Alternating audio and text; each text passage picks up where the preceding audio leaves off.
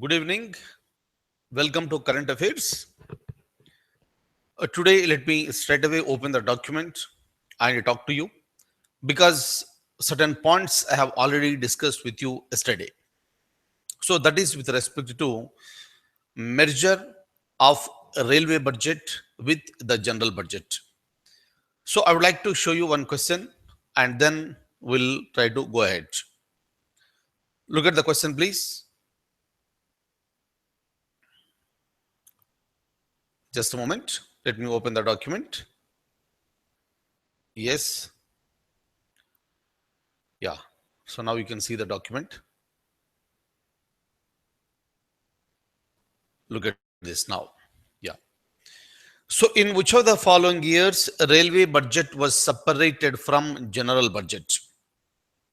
So this is a known point for us in the previous class. I think last month I have shown you this question. And as you know, the answer is the so-called 1924. So the option D is the answer. Since this railway budget is getting merged, rather it got merged with the general budget, it may be a possible question in any forthcoming examination. Right? Now, see here, also remember that one. At that particular time, there was a committee called Ackworth Committee. And that committee has recommended for the separation. And the basic idea is that, so they wanted to create a separate budget for railways so that whatever the profits that are coming from railways, out of that one, some fixed amount will be paid to the government and the rest of the money will be utilized for the development of the railways. And that continued for a long period of time, even after we got the independence. Even after we got the independence and even after the commencement of the constitution, so we continued with the same thing. And of course, in between, there was certain demands that railway budget should be merged with the general budget. So much of criticism was there. So the criticism was there basically because when coalition governments have been formed in India, what do you mean by coalition government? Coalition government is a government where minimum two political parties will come together and form the government. So from various political parties, people will be there in the government and people will be there as the ministers. Now, since there is a separate budget for railways, there is so much of demand for the so-called this railway. And this railway department and the railway ministry has been utilized by some of the people to improve and increase their personal image. Forget about the development of the railways, that is secondary. But they have tried to use tried to improve and increase their image. Examples here, Lalu Prasad Yadav, or this Mamata Banerjee. So right, so they were so particular when they were the ministers. So when the condition, the prior condition of these two people is that you have to allocate the railway ministry to me. That was the condition. You must be knowing these are the two important people in Indian political system, right? In Indian politics. Especially if you look at this both Lalu Prasad Yadav and Mamata Banerjee, both are very dynamic people. Lalu Prasad Yadav, very funny person. He always, even today also, he is very dynamic. Clear, though he has been disqualified from the membership of Lok Sabha, though he has not been permitted to contest in the elections for the coming 10 years, still he is keeping very dynamic and very active. And he used to say every time, Lalu Prasad Yadav used to say every time, जब तक समोसा में आलू रहेगा तब तक बिहार में लालू रहेगा. So like this, this is a very funny person, Lalu Prasad Yadav, and so he once, when he was the railway minister for India, so he visited Pakistan also, right? So he visited Pakistan and he got some fans from Pakistan also. And whenever he speaks, very funny, and there's lots of entertainment will be there. Nice person, Lalu Prasad Yadav and Mamata Banerjee, right? Long live. So now, so when it comes to these people, especially, So they tried to utilize this particular ministry for increasing their personal image, right? Increasing personal image is not a crime, but neglecting the other areas in India, so that was a problem. And now what is happening? If you look at the railways, even now also, at least 10,000 crores every year, railways is paying to the government of India in the form of the dividend. In the form of dividend, it is being paid, and the rest of the money that is being utilized for its development. And sometimes you'll see that railways is running under losses. But even then, you need to pay it to the government. So unnecessary problems have been created with this. That's the reason why one of the agenda in the reforms in the minds of the Prime Minister, Mr. Narendra Modi, is also to merge the railways with the general budget. And now it became a reality. And very soon, so we are going to present only one budget. Only one budget. Of course, individual autonomy is maintained in the railways. But when it comes to the presentation, it's going to happen on the same day, and railway budget will be presented as a part. So within the part of the so-called the general budget. Clear? And if you look at any country in the world, I don't think there is no country in the world which has got a separate budget for railways, right? And of course, another beautiful decision that has been taken now is that mixing up of plan and unplanned, non-planned expenditure. Mixing up of the plan and non-plan expenditure. What do you mean by this? So when I say plan expenditure, so this is the expenditure that is decided by the government after ministers consult and discuss with the planning commission. Meaning elaborate discussions will take place. They will try to look into each and every point, and each minister will be discussing with the planning commission. Then they will be finalizing that. That is called plan expenditure. But where is the planning commission now? There is no planning commission, and the planning commission has been dissolved some time back. So when there is no planning commission, there is no point in having a plan expenditure. Am I clear? Very, very, very important. That's the reason why after a long period of time now, another important thing that is going to happen is that plan expenditure, non-plan expenditure is going to be mixed up. It will not be shown separately. Am I clear? So various developments have been taken place. Of course, this is good for the nation also. Now, once again, I will open the document. Look at this. Right. Separation was done on the recommendations of the Ackworth Committee report. And when it comes to the merger today, right, of course, decision was taken yesterday. And unfortunately, when we were discussing regarding all these things yesterday, there was some technical issue, and the link was cut all of a sudden. Now, the merger was recommended by a two-member committee comprising Vivek Debroy, a member of Niti Aayog, and Kishore Desai. So this is called Vivek Debroy committee. You have to remember for the examination point of view. You have to remember for the examination point of view, there may be a question. There may be a question.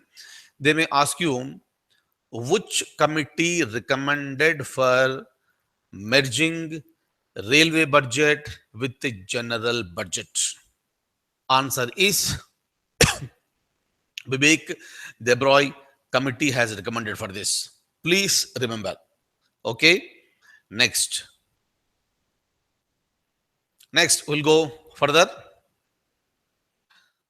So the decision to merge the railway budget with the general budget is significant, as in the recent years, particularly since coalition governments post 1996, political heavyweights have used the railway budget to hand out goodies and for their own image building. This is what I was telling you.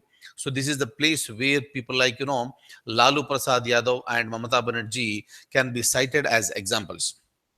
With the railway portfolio often held by the regional biggies, the budget reflected political priorities of the incumbent. Obviously, what will happen? If you look at Lalu Prasad Yadav ji, so he's from Bihar. Obviously, he wants more allocations for Bihar with respect to the railways, since he is the minister. Similarly, Mamata Banerjee too, she wanted for Calcutta, she wanted for West Bengal. So this is what exactly happens.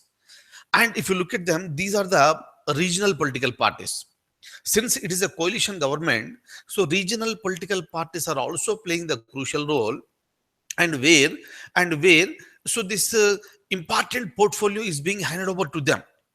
Clear? So instead of this portfolio being there with a national party or the largest party in the coalition government, it is there with the so-called, these regional parties, which are the smaller parties.